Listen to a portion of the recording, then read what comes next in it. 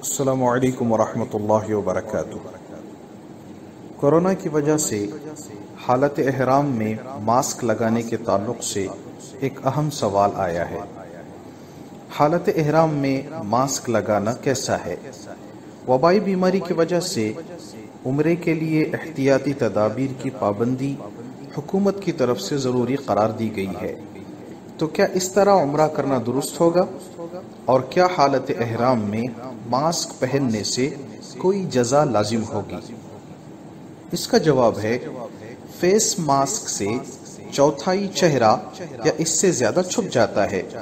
1/4 of the face or more than that of the area gets covered with the face mask۔ لہٰذا اگر کوئی مرد یا عورت اس کو حالت احرام میں ایک دن یا ایک رات کے برابر یا اس سے زیادہ پہنے تو دم واجب ہوگا، اور اگر اس سے کم استعمال کرے تو صدقہ لازم ہوگا۔ البتہ اگر قانونی یا طبی مجبوری کی وجہ سے due to medical reasons mask استعمال کیا ہے، جیسے آج کل کورونا وائرس سے حفاظت کے لیے ماسک استعمال کرنا لازمی قرار دیا گیا ہے، تو اس عذر کی وجہ سے ایک دن یا ایک رات استعمال کرنے کی صورت میں اختیار ہوگا کہ 3 چیزوں میں سے کوئی ایک ادا کرے۔ ایک، یا تو حدود حرم میں ایک دم دے دے کہ دم حدود حرم کے اندر ہی دیا جا سکتا ہے اور اس کا گوشت صدقہ ہوتا ہے۔